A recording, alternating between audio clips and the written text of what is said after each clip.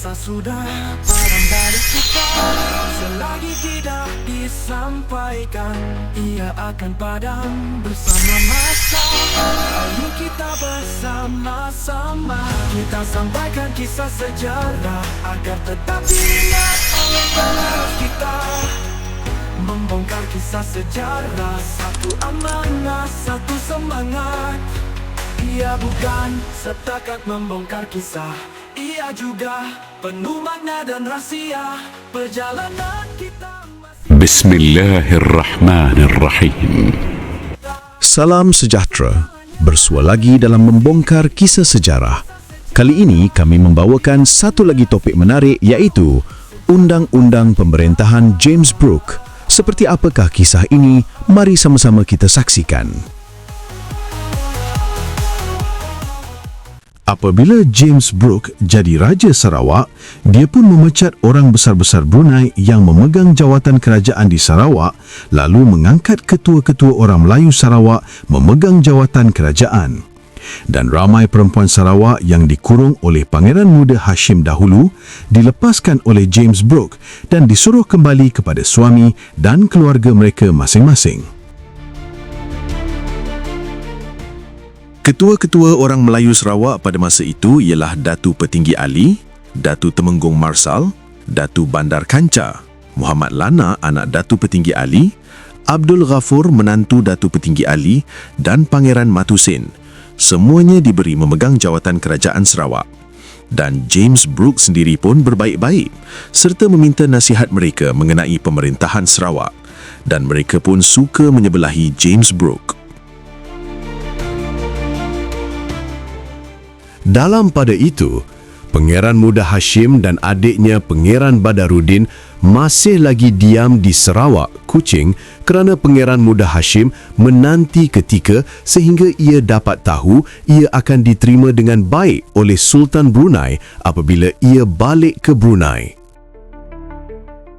James Brooke mengadakan undang-undang dan mahkamah. Lebih kurang setelah 4 bulan, James Brooke jadi Raja Sarawak pada awal tahun 1842.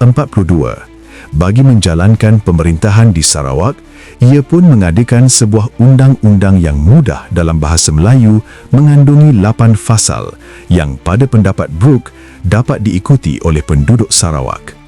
Perkara-perkara yang dinyatakan dalam undang-undang itu ialah seperti yang disebutkan di bawah ini, diterjemahkan dari bahasa Inggerisnya. Bahawa orang yang membunuh orang, menyamun dan memalukan lain-lain kesalahan jenayah yang berat akan dihukum mengikut undang-undang. Orang yang melakukan kesalahan seperti itu setelah dibicarakan dan didapati buktinya betul bersalah, tidak akan terlepas dari hukuman. Untuk menentukan kebaikan bagi negeri Sarawak, sekalian orang, sama ada Melayu, Cina dan Dayak, dibenarkan berdagang atau menjalankan kerja buruh dan menikmati faedah-faedahnya.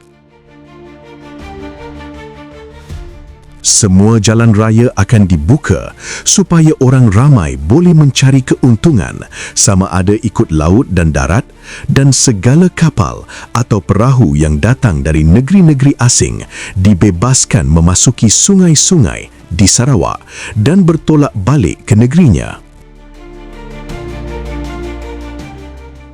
Semua perdagangan dibebaskan, kecuali biji perak antimoni yang dipegang oleh gubernur sendiri. Tiada siapa yang boleh dipaksa bekerja dan barang-barang yang diambil daripada mereka hendaklah dibayar dengan harga yang sepatutnya.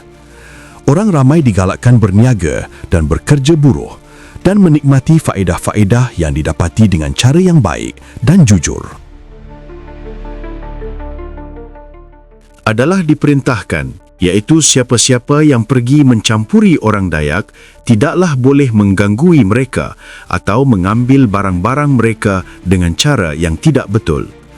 Hendaklah dinyatakan dengan jelas kepada berbagai-bagai puak orang Dayak bahawa cukai-cukai akan diambil oleh 3 orang datu yang membawa surat bercap dengan mohor gubernur dan orang Dayak tidak akan memberikan apa-apa pun kepada orang lain. Dan orang Dayak tidak juga boleh dipaksa supaya menjualkan barang-barang mereka jika tidak dengan sesuka hati mereka sendiri. Tuan Gubernur akan menetapkan banyaknya cukai-cukai sebanyak yang ditentukan supaya setiap orang boleh mengetahui betul-betul sebanyak mana mereka akan membayar cukai tiap-tiap tahun bagi membantu kerajaan.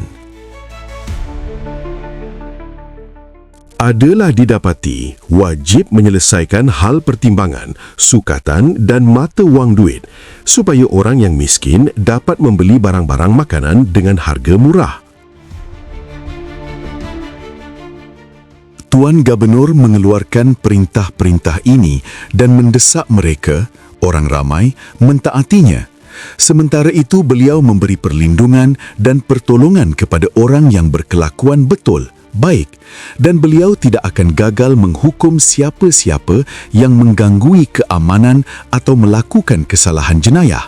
Dan beliau memberikan amaran kepada semua orang yang seperti itu supaya mencari keselamatan diri mereka sendiri dan pergilah cari negeri lain di mana boleh dibenarkan merosakkan undang-undang Tuhan dan manusia.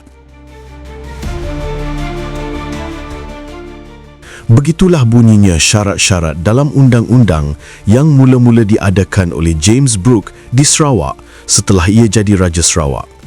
Tujuannya menentukan keadilan yang sama rata dalam pemerintahannya. Kedua, kerana hendak melindungi orang Dayak Darat. Dan ketiga, kerana hendak menggalakkan perkembangan perdagangan di Sarawak.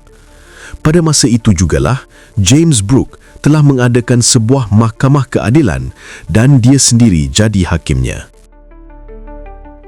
Linggir cuba hendak membunuh James Brooke. James Brooke telah memikirkan bahawa seseorang yang hendak jadi pemerintah yang baik, hendaklah dia selalu berjumpa dan bercakap-cakap dengan orang ramai yang diperintahkannya itu. Oleh sebab berfikir demikian, James Brooke pun bersungguh-sungguh mempelajari bahasa Melayu dan selalunya ia menggalakkan orang ramai rakyat Sarawak datang berjumpa dan bercakap-cakap dengan dia di rumahnya.